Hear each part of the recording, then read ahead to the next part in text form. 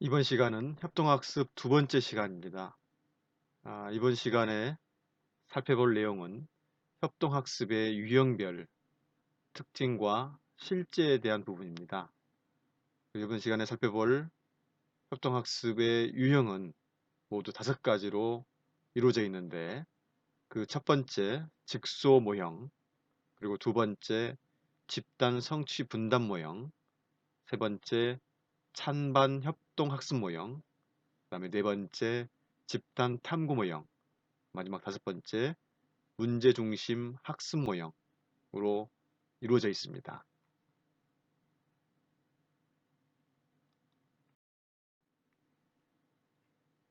첫 번째로 살펴볼 직소 모형은 과제 분담 학습 모형이라고도 불리고 있습니다. 이 직소는 직소 퍼즐처럼 조각을 맞추어 전체 그림을 완성해 나가는 과정과 유사하여 붙여진 이름이 되겠습니다.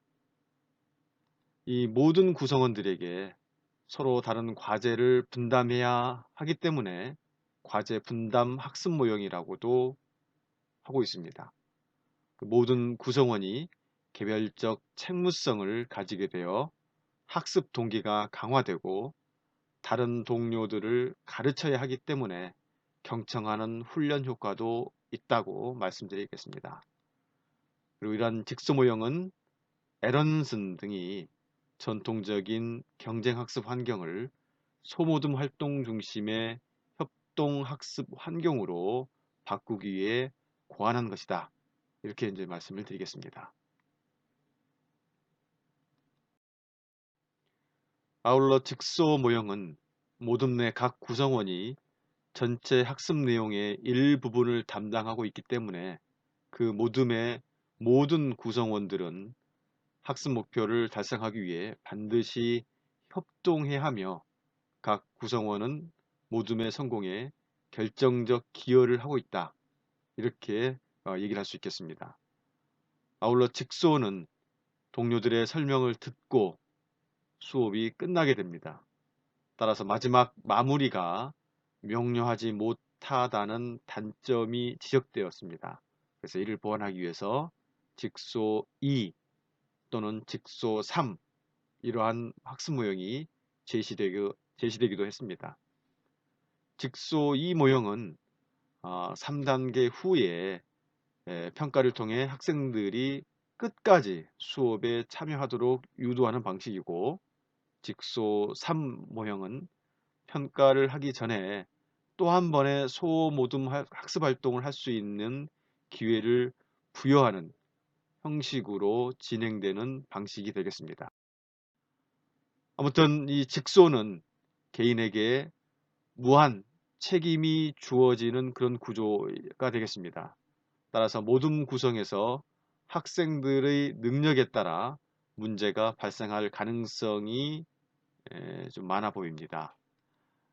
능력이 부족한 학생은 자신이 맡은 전문 과제의 학습 내용을 모집단에 돌아와서 동료들에게 제대로 전달하기 힘들고, 또한 동료 학생들도 답답해 할 것이 틀림없기 때문에 이런 부분을 고려해서 특히 능력이 좀 떨어지는 학생들은 우수한 학생들과 함께 힘들더라도 짝을 지어주어 마치 한 사람처럼 진행하는 것이 바람직하다라고 얘기를 할 수 있겠습니다. 아무튼 과제를 분담할 때에도 과제 수와 학생 수가 맞지 않으면 비슷한 방식으로 두 사람을 한 사람처럼 묶어서 진행하게 되면 좋은 어떤 협동학습이 이루어지게 된다라고 볼 수가 있겠습니다.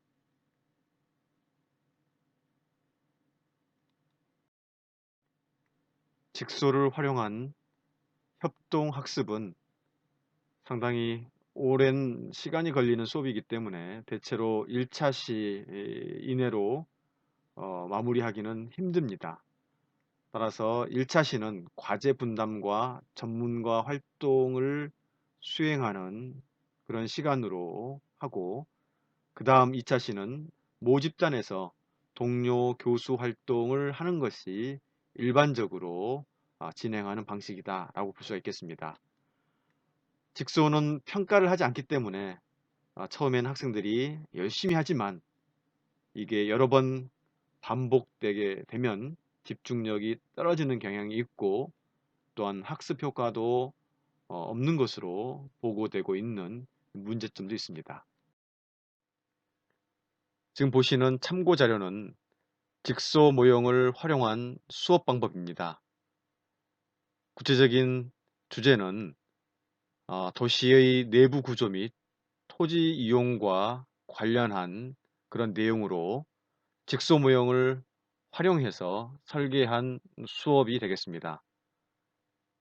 이 설계 수업은 크게 세 단계로 구성되어 있습니다. 각각의 단계별 특성은 계속 말씀을 드리도록 하겠습니다.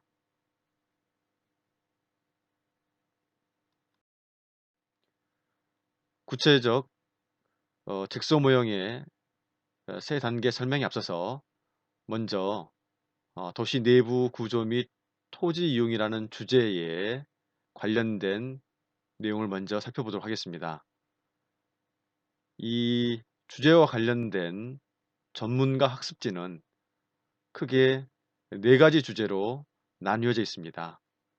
여러분들이 보시는 바와 같이 첫 번째 전문가 학습지는 중심 업무 지구를 소주제로 해서 이 중심 업무 지구는 어디에 위치해 있는가, 그 다음에 중심 업무 지구의 토지 이용 특성은 무엇인가, 이러한 탐구 문제를 수행하는 전문가들로 구성된 그러한 집단이 되겠습니다.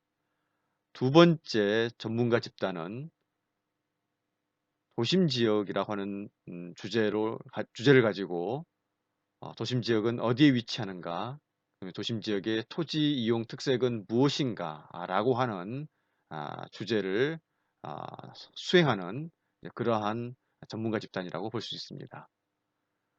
세 번째 전문가 집단은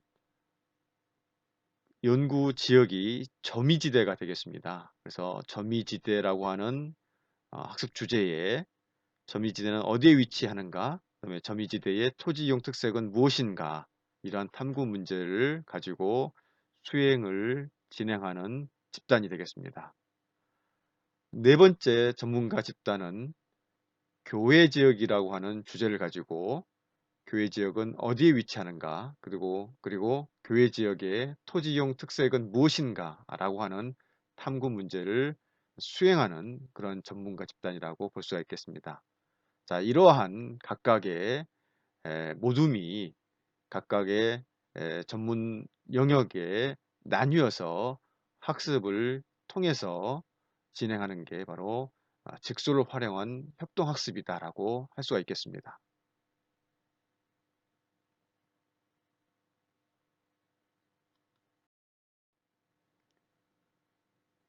자, 직소 모형의 그 수업의 과정은 3단계로 이루어진다라고 말씀을 드렸습니다. 자, 그 3단계 중 1단계에 해당되는 내용이 되겠습니다. 자, 1단계는 모집단 형성하기, 그리고 전문가 학습지 배부 단계가 되겠습니다. 자, 이 단계에서 교사는 모집단이 수행해야 할 활동 과제를 제시하고 전문가 학습지를 나누어 주게 됩니다. 그 전문가 학습지는 앞서 살펴본 우리 이제 도시 내부 구조 및 토지 이용과 관련된 주제의 학습이라고 볼 때는 앞서 제시한 그 네 가지 영역의 전문가 학습지가 여기에 해당된다라고 볼 수 있겠습니다. 그래서 이 소집단은 이 소주제들을 모든 구성원 각자에게 하나씩 할당하게 되며 각 주제를 맡은 구성원은 그 소주제에 한해 전문가가 된다라고 볼 수 있습니다. 그래서 교사는 각 소주제를 맡은 사람들을 전체 학급에 소개하여 누가 어떤 주제를 선택했는지 서로 알게 하면 됩니다. 왜냐하면은 동일한 주제를 선택한 학생들이 따로 만나 전문가 활동을 해야 하기 때문에 이때 전문가 모임의 숫자가 너무 많지 않도록 해야 되기 때문에 그렇다라고 볼 수 있습니다. 예를 들어서 학생 수가 32명으로 되어 있을 때 4명씩 8개 소집단으로 구성되었다면 전문가가 모두 8명이 나오게 되는데 전문가 집단을 4명씩 이렇게 2개로 나누어서 구성하는 것이 좋을 수 있습니다.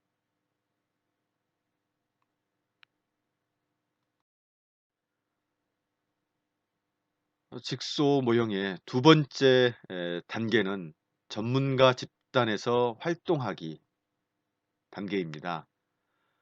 각 모둠에서 동일한 주제를 맡은 전문가끼리 따로 모여 토의 또는 토론을 통해 전문가 학습지를 완성하게 됩니다.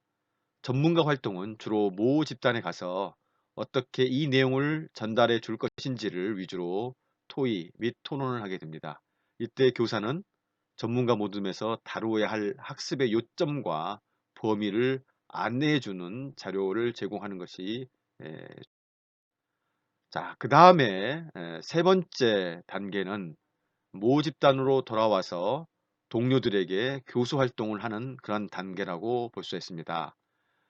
전문가 모둠 활동이 끝났으면 다시 모 집단으로 돌아와서 자신이 맡은 소주제를 동료들에게 가르쳐 주는 그 역할을 하게 됩니다. 이때 다른 학생들은 그 주제에 대해서 공부를 하지 않았기 때문에 전적으로 전문가의 도움을 받아야 할 처지이므로 동료 학생들은 열심히 듣게 된다라고 볼 수 있습니다. 자, 이런 식으로 각자가 맡은 전문 소과제를 돌아가면서 가르쳐 주면은 활동이 끝나게 되는 것입니다. 두 번째 살펴볼 협동학습 모형은 집단 성취 분담 모형이 되겠습니다. 이 모형은 그 모둠의 협동을 유도하기 위해 향상 점수제를 사용하는 것이 특징입니다. 수업 후 퀴즈를 통해 모둠 구성원의 향상 점수를 산술 평균하여 모둠 점수를 계산한 방식입니다. 그리고 각 구성원은 이전에 치른 퀴즈 점수의 평균인 기본 점수를 가지고 있게 되고 그 기본 점수는 이전에 치른 여러 번의 퀴즈 점수의 평균을 말합니다. 이 기본 점수에 대해 이번 수업의 퀴즈 점수가 어느 정도 향상되었는가에 따라 부여되는 점수가 각 개인의 향상 점수가 되는 그리고 소집단 점수는 개인의 향상 점수 총합에 소집단 구성원 수를 나눈 그런 점수가 되겠습니다. 예를 들어서 이전 점수보다 낮으면 0점, 1점에서 5점이 상승했으면 10점, 그다음에 6점 이상 상승했으면 20점 등의 기준을 미리 정해 놓는다라고 말씀을 드리겠습니다. 이러한 점수 체제는 모둠원 사이의 능력 차가 아니라 자신의 노력 여부, 즉 과거와의 경쟁으로 모둠원 스스로 노력할 뿐만 아니라 서로가 좋은 점수를 받을 수 있도록 돕게 된다는 측면에서 학습의 동기가 부여된다. 이렇게 얘기를 할 수가 있겠습니다.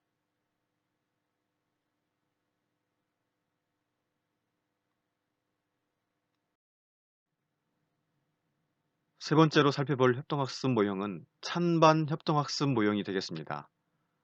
이 모형은 존슨과 존슨이 창안했으며 소모둠 내에 미니모둠이 찬성과 반대의 역할을 통해 찬반 논쟁을 한다고 해서 붙여진 이름이 되겠습니다. 이 협동학습 모형에서는 소모둠의 규모가 예를 들어서 4명이면은 2명과 2명으로 나누어 미니모둠으로 구성한다고 할 수 있습니다. 이 존슨과 존슨은 찬반 논쟁 과정에서 일어나는 논리적이고 심리적인 사고 과정을 수업 절차로 그대로 재현하여 이 모형을 만들었다고 볼 수 있습니다. 그래서 찬반 협동학습이라고 하는 이름이 붙여지게 되었습니다.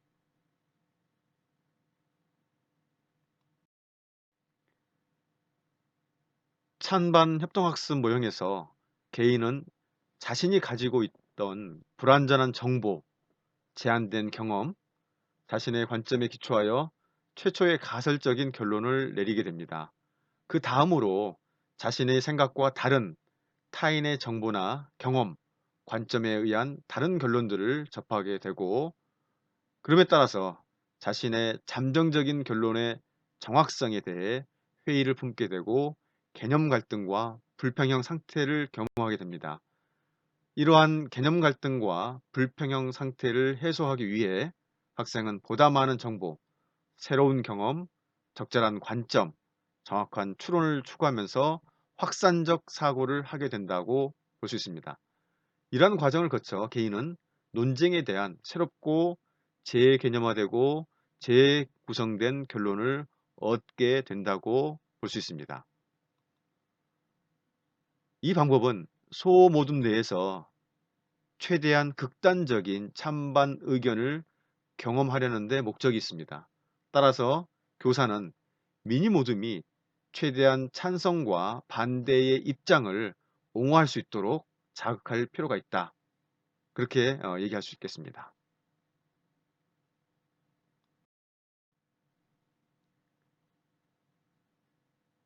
찬반 협동학습 모형을 활용한 수업 방법에 대한 참고 자료입니다. 찬반 협동학습 모형을 활용한 수업은 4단계로 이루어져 있습니다. 그 첫 번째 1단계는 소모둠 내에 미니모둠 구성 그리고 과제에 대한 찬반 주장 준비 단계가 되겠습니다. 4명으로 구성된 소모둠을 만들고 그 안에 2명씩 미니모둠을 만들도록 합니다.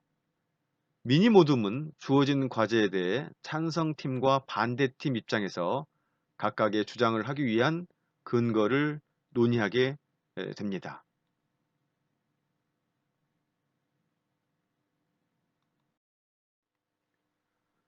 찬반 협동학습의 두 번째 단계는 미니모둠의 각자 자기 주장을 발표하는 단계가 되겠습니다. 미니모둠은 찬성 주장, 또 다른 미니모둠은 반대 주장을 소모둠 내에서 하게 됩니다. 이때는 찬성 또는 반대 주장의 이유 그리고 근거를 발표하게 됩니다. 세 번째 단계는 서로 입장을 바꾸어서 미니모둠이 주장한 것에 대한 평가를 하는 단계가 되겠습니다. 이 두 미니모둠의 발표가 끝나면 서로가 상대 미니모둠의 주장에 대해 평가를 해주게 됩니다. 이것은 찬반 주장을 한 미니모둠이 토론 시합을 하는 것이 아니라 같은 소모둠이기 때문에 협동적 의사결정을 하기 위한 그러한 단계라고 할 수가 있겠습니다.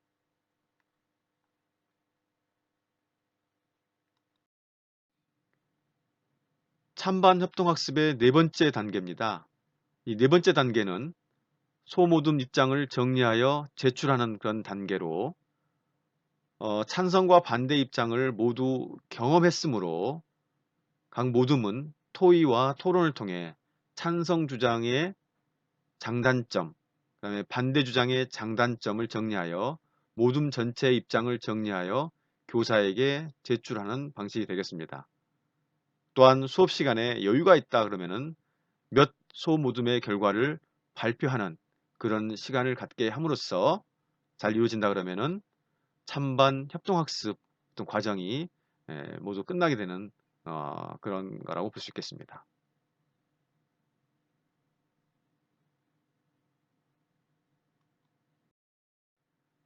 네 번째 협동학습 모형은 집단 탐구 모형이 되겠습니다. 이 모형은 민주적 교수학습 방법을 실천에 옮기려는 많은 학자들에 의해서 탄생을 했는데 예를 들어서 듀이는 이를 실천한 최초의 사람이며 셀런, 그다음에 샤론과 샤론 이런 사람들이 이 모형을 발전시켰다라고 할 수 있겠습니다. 이 모형은 연구할 과제를 교사가 조직하여 제시하는 대신에 학생이 스스로 소과제에 아이디어를 내고 자신이 하고 싶은 소과제를 선택하여 같은 관심을 가진 학생들끼리 모둠을 구성하여 함께 과제를 해 나아가는 그런 활동이라고 할 수가 있겠습니다.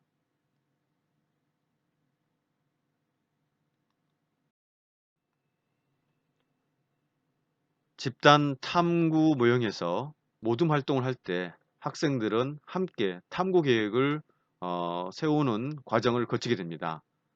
그 구체적인 계획은 첫째, 우리는 무엇을 탐구할 것인가?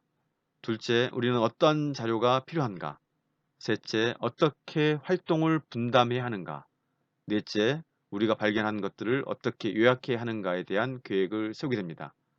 교사는 이러한 계획에서부터 진행되는 과정에 순회하면서 지도를 해주면 되는 것입니다.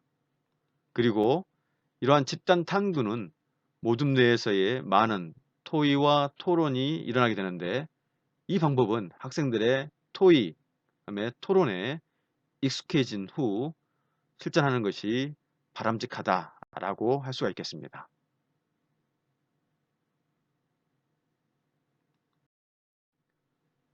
이러한 집단 탐구는 학생들이 스스로 좋아하는 과제를 선택할 수 있게 하는 것이 주요 핵심입니다. 가급적이면 모둠별 발표를 시키는 것보다 모둠 내에서 활발한 토의 및 토론과 학습 기회를 제공해 주고 보고서만 제출하게 하는 방법도 좋은 방법이다라고 할 수가 있겠습니다.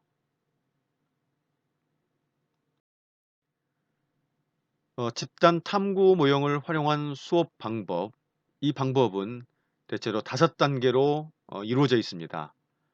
그 첫 번째 단계는 교사가 전체 학습 과제를 제시하고 학생들과 소과제로 무엇을 할지 정하는 단계가 되겠습니다.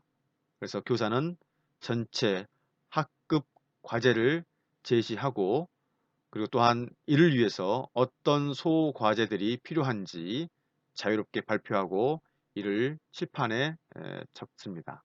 그런 후 학생들과 함께 교사가 주도로 몇 개의 영역으로 묶는 단계가 바로 1단계에 해당된다고 볼 수 있습니다.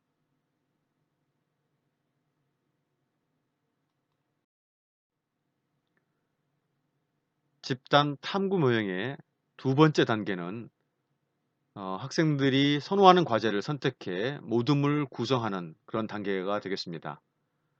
몇 개의 과제로 분류되면은 교사는 학생들에게 어떤 과제를 하고 싶은지 선택하게 합니다. 학생들은 자기의 이름이나 번호가 적힌 어떤 표시물을 교사가 분류해 놓은 과제에 붙이게 됩니다. 이때 어떤 특정 과제에 너무 몰리지 않도록 유도하며 골고루 과제에 분산되도록 하는 것이 교사의 역할이다라고 할 수 있겠습니다.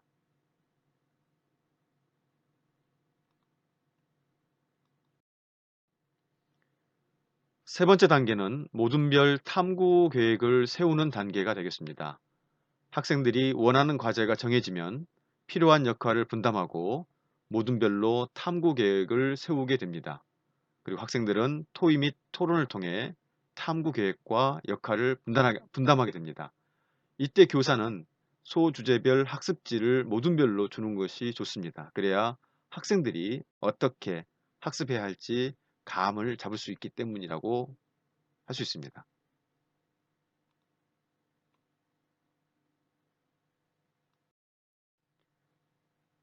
집단 탐구 모형의 네 번째 단계는 모둠별 탐구 결과를 발표하는 단계가 되겠습니다. 모둠 활동이 끝나면은 모둠별로 학급 전체의 결과를 발표하게 됩니다. 물론 이때 시간이 없으면은 발표를 하지 않고 보고서로 제출해서 따로 교사가 정리해 줄 수도 있습니다.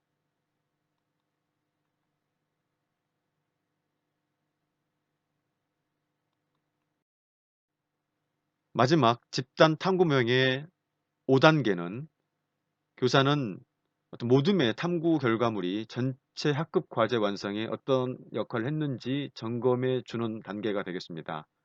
그래서 교사는 모둠의 전체 활동이 학급 과제 완성에 어떤 기여를 했는지 칭찬과 격려를 해주게 됩니다.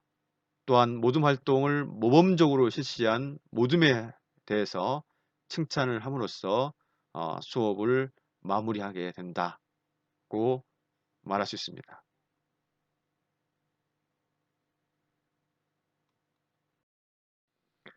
다섯 번째 협동학습 모형은 문제중심 학습 모형이 되겠습니다.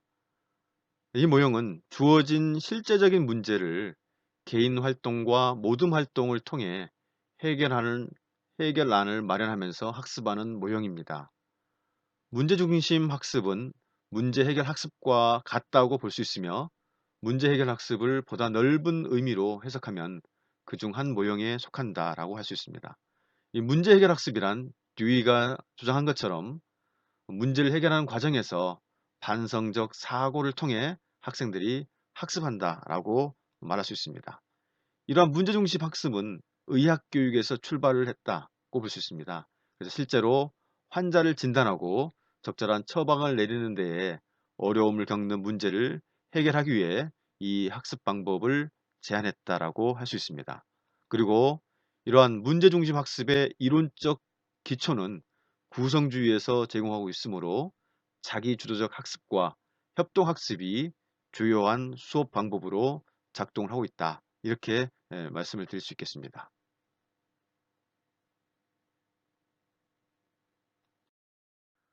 이번에 살펴볼 것은 문제중심 학습의 구성 요소입니다. 문제중심 학습의 구성 요소 첫 번째, 비구조화된 문제 상황이 필요합니다. 문제가 무엇인지 정확하게 파악되지 않는 상황이 주어져야 한다고 볼 수 있습니다. 두 번째, 참여자의 자기주도 학습 과정이 필요합니다. 문제중심 학습에서 학생들은 스스로 문제를 진단하고 해결책을 찾아가는 자기주도적 학습 과정이 매우 중요시 된다라고 볼 수 있습니다. 세 번째, 가설 연역적인 추론 과정이 필요합니다. 이 모형에서는 지식에 대한 충분한 공부뿐만 아니라 가설을 세우고 검증하는 추론 능력도 필요하다고 볼 수 있습니다. 네 번째, 모둠 중심의 협동적 과정이 필요합니다. 협동학습을 통해서 빠르고 정확하고 합리적인 결정을 할 수 있게 된다고 볼 수 있습니다.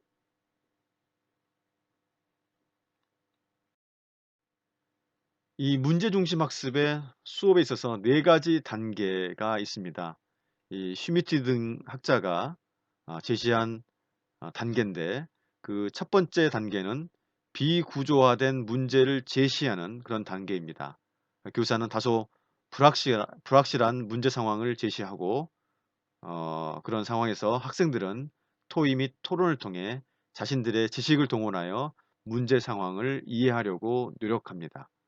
그리고 교사가 주도하는 전체 활동을 할 수도 있지만 이때 모둠별로 활동을 할 수도 있습니다.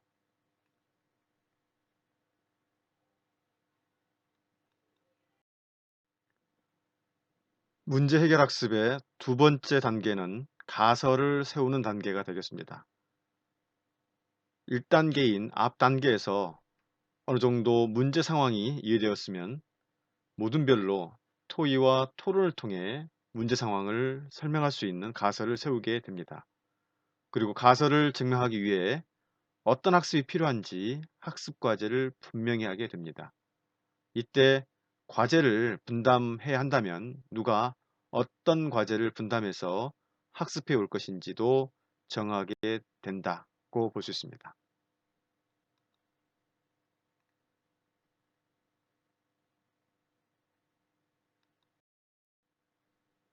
문제중심 학습의 세 번째 단계는 자기주도 학습 단계입니다. 학습해야 할 과제가 분명히 주어졌으므로 학생들은 각자 과제를 해결하는 자기주도 학습을 하게 됩니다. 이때 교사가 개입하여 학생들이 공부해야 할 과제를 잘 점검하고 지도해 주면은 좋은 결과를 얻을 수 있다고 할 수가 있겠습니다.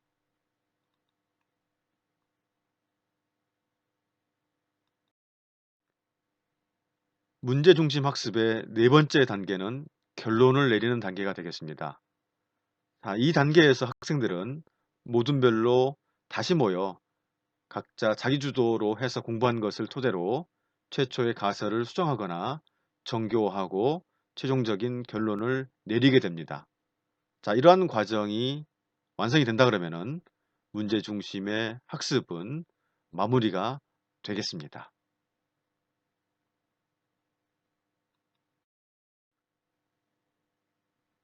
문제중심 학습에서 세 번째 3단계를 제외하고는 모든 단계에서 학생들의 토의와 토론을 최대한 활용해야 한다고 볼 수가 있습니다.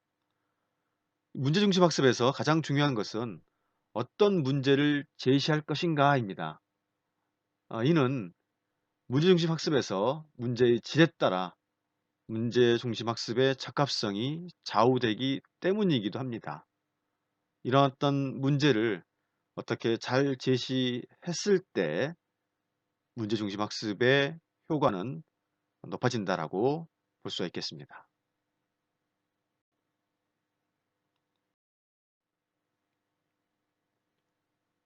지금까지 협동학습의 5가지 유형별 특징과 실제에 대해서 학습을 했습니다. 혹시 다소 어려운 내용은 다시 한번 반복해서 들으시기 바랍니다. 다음 시간에는 협동학습 유형의 특징과 실제 두 번째 시간으로 나머지 5가지 유형에 대해서 살펴보도록 하겠습니다. 오랜 시간 수고하셨습니다.